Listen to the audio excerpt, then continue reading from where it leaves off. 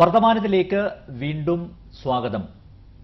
ഒരു പുരോഹിതന്റെ ജീവിതം സഭയ്ക്കു വേണ്ടിയല്ല, സമൂഹത്തിന് വേണ്ടി ഒഴിഞ്ഞുവെക്കേണ്ടതാണെന്ന് നമ്മെ ഓർമ്മപ്പെടുത്തുന്ന വ്യക്തിത്വമാണ് ഫാദർ ഡേവിസ് ചിറമലിൻ്റേത്. വൃക്കദാനത്തിലൂടെ കേരളത്തിൽ സാമൂഹിക നവോത്ഥാനത്തിന് തുടക്കം കുറിച്ച ഡേവിസ് അച്ഛനാണ് വർത്തമാനത്തിലെ ഇന്നത്തെ അതിഥി.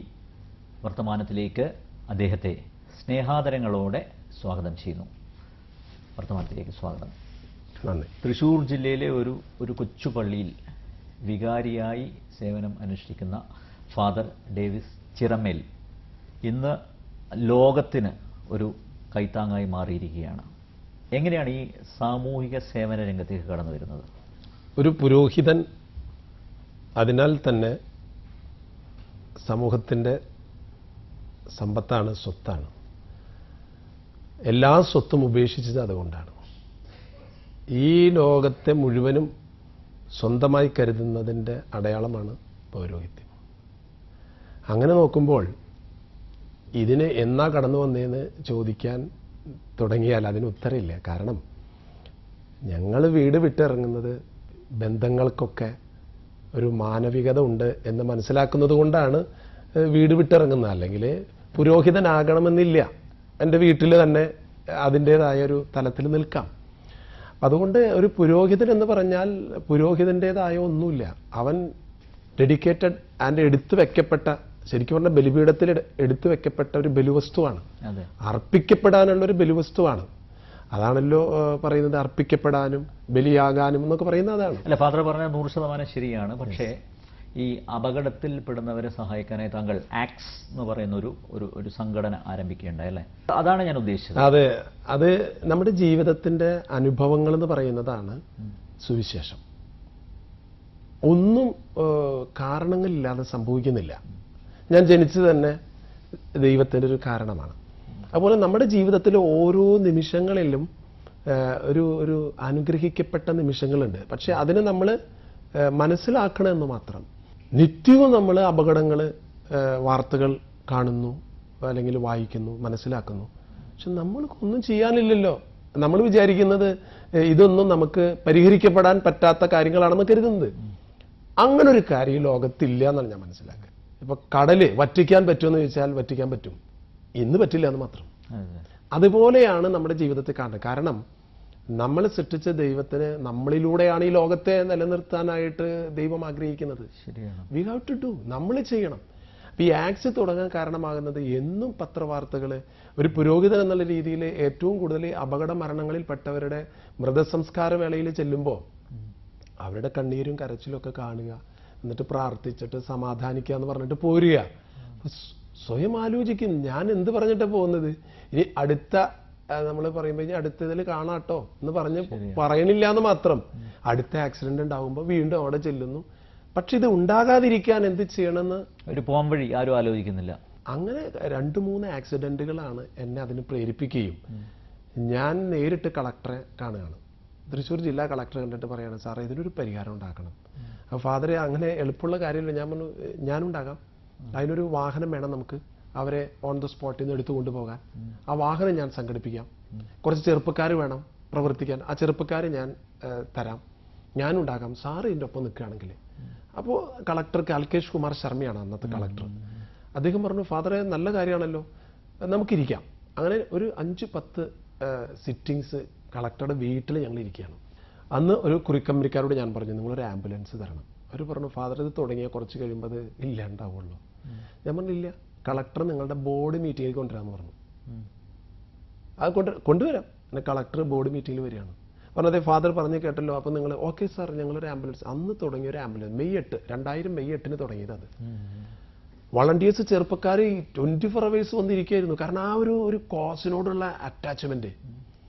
അങ്ങനെ നമ്മളന്ന് തുടങ്ങി. ഇന്നിപ്പോൾ 10-11 വർഷമാകുമ്പോൾ 11 ആംബുലൻസാണ്. 24 hours സർവീസാണ്. കളക്ടറാണ് അതിൻ്റെ പ്രസിഡന്റ്, SP ആണ് അതിൻ്റെ വൈസ് പ്രസിഡന്റ്, 1099 ഹോട്ട് ലൈൻ ഉണ്ട്. അപ്പം ഞാൻ പറഞ്ഞ ഇത് ജനങ്ങളുടേതായിട്ട് വന്നാൽ അത് നിലനിൽക്കും.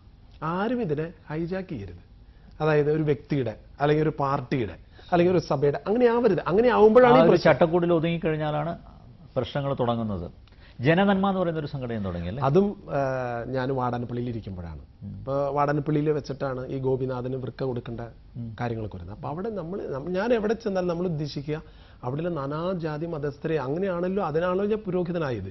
അപ്പോൾ അവിടെയുള്ള ജനങ്ങളുടെ ക്ഷേമം. അപ്പോൾ അവിടെ ആ ചിക്കൻകുനി വന്ന കാലഘട്ടമായിരുന്നു.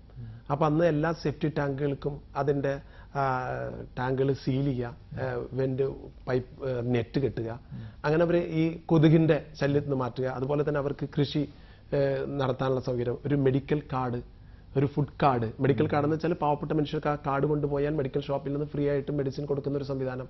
ഫുഡ് കാർഡ് എന്ന് റേഷൻ കടയിൽ പോയാൽ അവർക്ക് ഫുഡ് ഫ്രീ ആയിട്ട് കൊടുക്കുന്ന. അപ്പോൾ നമ്മൾ സെലക്ടഡ് പീപ്പിൾ ആയിട്ട് അങ്ങനെ ഒരു ജനനന്മ എന്നൊരു ഓർഗനൈസേഷൻ ഉണ്ടാക്കിയിട്ട് അങ്ങനെ ജനങ്ങളുടെ എല്ലാ കാര്യങ്ങളും ഇറങ്ങിയിരിക്കുന്ന സമയത്താണ് ഈ ഗോപിനാഥിന്റെ വിഷയം അവിടെ വരുന്നത്. അവിടെയാണ് വൃക്കദാനത്തെ കുറിച്ചല്ലേ അതുവരെ നമുക്ക് ആലോചിക്കുന്നത്. വൃക്കയെ കുറിച്ച് തന്നെ ചിന്തിച്ചിട്ടില്ല. നമ്മുടെ കയ്യിലുള്ള ഒരു സാധനമാണ്, പക്ഷെ ഇതുവരെ നമ്മൾ അതിന് ചിന്തിച്ചിട്ട്. പക്ഷെ ഈ ഗോപിനാഥിന്റെ സുഹൃത്തുക്കൾ വന്നിട്ട് എന്നോട് പറയാണ്, ഫാദറെ ഇങ്ങനെ ഒരു ഗോപിനാഥ് ഉണ്ട്, എനിക്കറിയില്ല അയാളെ ഒന്നും, ഞാൻ കണ്ടിട്ട് പോലും ഇപ്പോൾ ഇവിടെ ഇരിക്കുന്നത് വരെ. Is N electrician. അപ്പൊ ഈ ഗോപിനാഥിന്റെ സുഹൃത്തുക്കൾ അവിടെ ഒരു കമ്മിറ്റി ഉണ്ടാക്കാനായിട്ട് സ്ഥലം ചോദിച്ചു വന്നത് ആ പള്ളിയിൽ, അവിടെ ഹാളിൽ. ഞാൻ പറഞ്ഞു ശരി ഞാനും വരാം. അന്ന് അതിന്റെ രക്ഷാധികാരിയായിട്ട് അവരെന്നെ നിശ്ചയിച്ചു. അപ്പൊ ഗോപിനാഥ് സീനിലില്ല. അത് കഴിഞ്ഞ് ഞങ്ങൾ പൈസ കളക്ട് ചെയ്യാണ്. ചികിത്സാ സഹായ സമിതി 12 ലക്ഷം നമ്മൾ കളക്ട് ചെയ്തു. 12 ലക്ഷം. പക്ഷെ പിന്നീട് അറിയുന്നത് വൃക്ക വാങ്ങിക്കാൻ അവർ കോയമ്പത്തൂർക്ക് പോവുകയാണ്. ഞാൻ പറഞ്ഞു അത് ശരിയല്ല, കാരണം എല്ലാ ദിവസവും പത്രത്തിലും TV-യിലും നമ്മൾ കാണുന്നതാണ്. അപ്പോൾ പറഞ്ഞു ഫാദർ വേറെ മാർഗ്ഗമില്ല, അല്ലെങ്കിൽ ഫാദർ പറയും വേറെ എവിടെ നിന്ന് കിഡ്നി കിട്ടും. അപ്പോൾ ഞാൻ പറഞ്ഞു വേറെ മാർഗ്ഗമില്ലേ, അവരുടെ അച്ഛനമ്മയും പ്രായം ചെന്നാണ്, കൊച്ചുകുട്ടികളാണ്, ഭാര്യയുടേത് ചേരില്ല, അപ്പം എന്ത് ചെയ്യാം? ഞാൻ പറഞ്ഞു ആരുടെയും ചേരില്ല എന്ന് വെച്ചാൽ ഞാൻ തരും. അല്ല ഫാദറിന്റെ വേണ്ട, അല്ല ഞാൻ തരുന്നു. പിന്നെ ഞാൻ എന്തിനാ ഇതിന്റെ രക്ഷാധികാരി എന്ന് പറഞ്ഞിട്ട് ഇരിക്കണത്? കാശുണ്ടാക്കി കൊടുക്കണം, അവന് ജീവിതം കൊടുക്കണം. അവൻ മരിക്കാൻ പോലും പോയ മനുഷ്യനാണ്. കാരണം 16 വരെ ക്രിയാറ്റിൻ പോയിട്ടുണ്ടെങ്കിൽ ഇനി കിഡ്നി ലഭിച്ചില്ലെങ്കിൽ മരണം. ഡയാലിസിസ് ചെയ്തുകൊണ്ടിരിക്കുകയാണ്. ഈ ഡയാലിസിസ് എന്ന് പറയുന്നത് ഒരു ടെമ്പററി അറേഞ്ച്മെന്റ് ആണ്. അതായത് നമ്മുടെ കിഡ്നിക്ക് രക്തത്തിൽ കലർന്നിട്ടുള്ള വേസ്റ്റ് അരിച്ചു കളയുക മാത്രമല്ല, നമ്മുടെ രക്തത്തിൽ നിന്ന് വരുന്ന പ്രോട്ടീൻ, പൊട്ടാസ്യം, കാൽസ്യം ഇതൊക്കെ വലിച്ചെടുത്ത് നമ്മുടെ ശരീരത്തിലെ ജലാംശം ബാലൻസ് ചെയ്യുക, ഇതൊക്കെ ചെയ്യുന്ന ഒരു സംവിധാനമുണ്ട്. ഡയാലിസിസ് ചെയ്യുന്നത് ഈ ശുദ്ധീകരണം മാത്രമേ ചെയ്യുന്നുള്ളൂ. പക്ഷേ ശരീരത്തിന് വേണ്ടതായ കാൽസ്യം, പൊട്ടാസ്യം, മാഗ്നീഷ്യം ഇതൊക്കെ കിട്ടുന്നത് ഡയാലിസിലൂടെ നടക്കില്ല. അപ്പൊ അപ്പൊ ഈ രോഗി ഡൗൺ ആയി പോയിക്കൊണ്ടിരിക്കുക.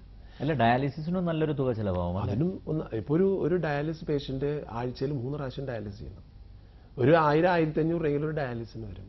ഒരു 10-24 രൂപ വരികയാണ് ഒരു മാസം. ഇയാൾ ഡയാലിസിസ് മാത്രം ചെയ്യാൻ, ഭക്ഷണം കഴിക്കേണ്ടതും മറ്റു കാര്യങ്ങളൊക്കെ വേറെ ചിലവുകൾ. അപ്പോൾ ഇത് താങ്ങില്ല. അപ്പോൾ പലരും ചിന്തിക്കുക അങ്ങനെ മരിച്ചു പൊക്കോട്ടെ എന്ന് ചിന്തിക്കുക.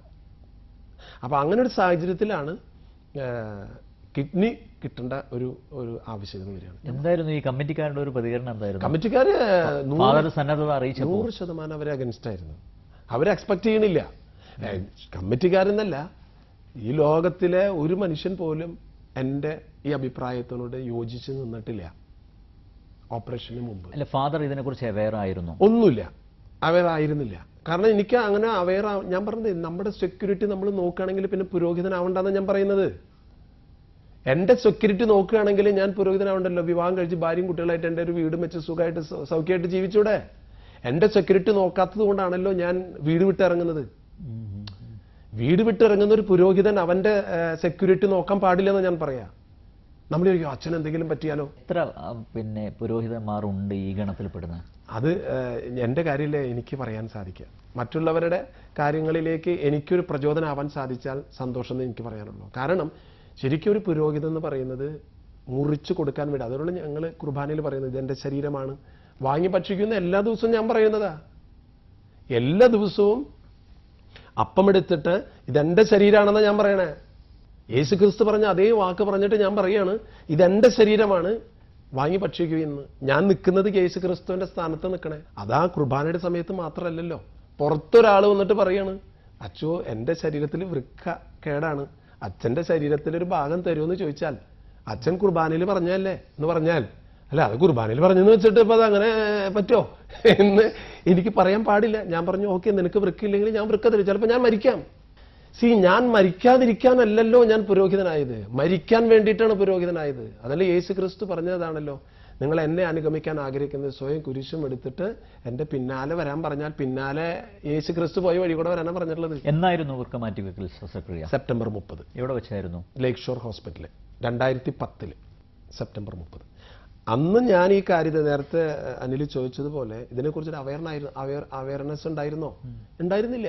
ഡോക്ടർമാരുമായിട്ട് കൺസൾട്ട് ഓ തീർച്ചയായിട്ടും അതൊന്നും ഇല്ലാതെ പറ്റില്ല. ഡോക്ടർമാരെ നമ്മൾ ബോധ്യപ്പെടുത്തും ഇതിങ്ങനെയൊക്കെയാണ് ഇങ്ങനെയൊക്കെയാണ്. ഓക്കെ, ഒരു മേജർ ഓപ്പറേഷനാണ്, വെരി മേജർ ഓപ്പറേഷൻ. അപ്പം ഞാൻ നെറ്റിൽ കയറി ഓപ്പറേഷൻ മുഴുവൻ ഞാൻ കണ്ടു. 4.5 മണിക്കൂർ ഓപ്പറേഷൻ നെറ്റിൽ കയറി കണ്ടു ഞാൻ. ഇതൊക്കെ സംഭവിക്കാൻ പോകുന്നത് സംഭവിക്കട്ടെ. അപ്പം നമ്മളിപ്പോൾ അതിന് ഇനി മരിക്കുകയാണെങ്കിൽ പോലും ഞാനതിന് തയ്യാറായിട്ട് പോയത്. കാരണം എന്താ വെച്ചാൽ നമ്മുടെ ലൈഫ് അതിന് വേണ്ടിയിട്ടാണല്ലോ. ഞങ്ങൾ ജീവിക്കാൻ വേണ്ടിയിട്ടല്ല പുരോഹിതനാകുന്നത്. ഞങ്ങൾ ചെയ്യുന്ന ജോലി അല്ലെങ്കിൽ ഞങ്ങൾ ചെയ്യുന്ന ഉത്തരവാദിത്തം അതിന്റെ ശമ്പളം കിട്ടാൻ വേണ്ടിയിട്ടാണോ? അല്ല. ഫാദർ ഏത് വർഷമായിരുന്നു? 2010 സെപ്റ്റംബർ 30. 2010 സെപ്റ്റംബർ 30. എങ്ങനെയുണ്ട് ഇപ്പൊ ഗോപിനാഥൻ? ഗോപിനാഥ് സുഖമായിട്ടിരിക്കുന്നത്. ഒരു ശരിക്കും ഒരു 3 മാസം വരെ അവിടെ ഹോസ്പിറ്റലിൽ അടുത്ത് താമസിച്ച് ടെസ്റ്റുകളൊക്കെ നടത്തി. 2 മാസം കഴിഞ്ഞപ്പോഴേക്കും ഗോപിനാഥ് പെർഫെക്റ്റായി. ഡോക്ടർ പറഞ്ഞു നിനക്ക് പോവാം, സുഖമായിട്ട് നിന്റെ വീട്ടിലേക്ക് പോകാം. ഗോപിനാഥിന്റെ ഒരു കാര്യം എന്ന് പറയുന്നത് ഒരു വലിയൊരു അത്ഭുതമായിരുന്നു. കാരണം ഈ ടിഷ്യൂ ക്രോസ് മാച്ച് വേണം ഞങ്ങളുടെയും ഗോപിനാഥിന്റെയും. ഗോപിനാഥ് എ പോസിറ്റീവാണ്, എന്റെ ഒ പോസിറ്റീവാണ്. ഞാൻ യൂണിവേഴ്സൽ ഡോണറാണ്. ഞാൻ ഓ എന്ന് പറഞ്ഞു കഴിഞ്ഞാൽ യൂണിവേഴ്സൽ ഡോണർ, ആർക്ക് വേണമെങ്കിൽ കിഡ്നി കൊടുക്കാം. അതൊരു ഭാഗ്യമായിരുന്നു, അതൊരു അത്ഭുതമാണ്. കാരണം എന്റെ വീട്ടില് ഞാൻ മാത്രമേ ഓ പോസിറ്റീവ് ഉള്ളൂ. Are you perfectly okay now? Perfectly okay means ഞാൻ എന്റെ പൗരോഹിത്യ ജീവിതത്തിലെ ഈ ഓപ്പറേഷന് മുൻപ് ഞാൻ ചെയ്തിട്ടുള്ള യാത്രകളും ചെയ്തിട്ടുള്ള ഹെക്ടിക് ആയിട്ടുള്ള എൻ്റെ ജോലി മൊത്തം ചെയ്തതിനേക്കാളും കൂടുതലാണ് ഇപ്പം ഞാൻ 1.5 വർഷം കൂടി ചെയ്തു കൂട്ടിയിട്ടുള്ളത്. 745 പ്രോഗ്രാംസിൽ ഞാൻ പങ്കെടുത്ത്. ഇതിന് ശേഷമാണോ കിഡ്നി ഫെഡറേഷൻ ഓഫ് ഇന്ത്യ സ്ഥാപിക്കുന്നത്? കിഡ്നി ഫെഡറേഷൻ ഓഫ് ഇന്ത്യ രൂപീകരിക്കാൻ കാരണം എൻ്റെ ഈ വാർത്ത കേട്ടിട്ട് പലരും പല പ്രതികരണം ഉണ്ടായില്ല. ഒരു സുഹൃത്ത് ചെറിയാൻ എന്ന് പറയുന്ന ഒരു ഷാർജയിലൊരു സുഹൃത്ത്, എൻ്റെ ഒരു ഫാമിലി ഫ്രണ്ടാണ്. അദ്ദേഹം വന്നിട്ട് ഫാദർ ഇത് ചെയ്യരുത്, ഫാദറിന് ഇപ്പൊ അവന് കിഡ്നി കൊടുക്കാൻ താല്പര്യം ഉണ്ടെങ്കിൽ ആ കിഡ്നി നമുക്ക് വാങ്ങിച്ചു കൊടുക്കാം. ഞാൻ പറഞ്ഞത് കിട്ടില്ല ചെറിയ ചേട്ടാ. അല്ല അതിനെന്ത് കാശ് വരും? ഒരു ഓപ്പറേഷൻ 4-5 ലക്ഷം വരും. ഉടനെ തന്നെ ആള് ചെക്ക് എഴുതിയിട്ട് ഈ ചെക്ക് അച്ഛൻ കാശ് കൊടുത്തേ. അച്ഛനെന്ത് കൊടുക്കണേ? അച്ഛന് ഈ സമൂഹത്തിന് ആവശ്യമില്ല. ഞാൻ പറഞ്ഞു സമൂഹത്തിന് എന്തിനു ആവശ്യമുണ്ട്? ഇതിനാണ് ഞാൻ വിളിക്കപ്പെട്ടിരിക്കുന്നത്. ഇതിന് ഞാൻ ഒഴിഞ്ഞിട്ട് ഈ സമൂഹത്തിൽ എന്ത് കർമ്മം ചെയ്താലും ദൈവത്തിന്റെ പ്രതിനിധിയായിട്ട് ഇരിക്കുന്നത് തീർച്ചയായും സമൂഹം പറയും. അച്ഛന് വലിയ പ്രസംഗമൊന്നും പറയണ്ട. അച്ഛൻ്റെ അടുത്ത് ഗോപിനാഥ് കിഡ്നി ചോദിച്ചല്ലേ, കൊടുത്തില്ലല്ലോ, എന്നിട്ട് വലിയ പ്രസംഗം പറയണേന്ന് പറയില്ലേ? പക്ഷേ അക്ഷരാർത്ഥത്തിൽ ഗോപിനാഥനോട് ചോദിച്ചിട്ടില്ല കേട്ടാ. ഗോപിനാഥോ ഈ ലോകത്തിൽ ആരും എന്നോട് പറഞ്ഞ കിഡ്നി കൊടുക്കച്ചാന്ന് ആരും പറഞ്ഞിട്ടില്ല. ഗോപിനാഥ് ചോദിച്ചിട്ടില്ല. ചോദിക്കാതെ കൊടുക്കുന്നതിന്റെ പേരാണ് ഗിഫ്റ്റ്. ഗിഫ്റ്റ് എന്ന് പറയണമെങ്കിൽ ഒരാൾ ചോദിച്ചിട്ട് കൊടുക്കണമെങ്കിൽ അതിന് ഗിഫ്റ്റ് എന്ന് പറയാൻ പറ്റില്ല. നമുക്ക് ഈ ജന്മം തന്നെ ദൈവം തന്നൊരു ഗിഫ്റ്റ് ആണെങ്കിൽ നമ്മുടെ ജീവിതം മറ്റുള്ളവർക്ക് ഒരു ഗിഫ്റ്റ് ആക്കണം എന്ന് ഞാൻ പറയാം. നമ്മുടെ ജന്മം മറ്റുള്ളവർക്ക് ഒരു ഗിഫ്റ്റ് ആയിട്ട് കൊടുക്കണം.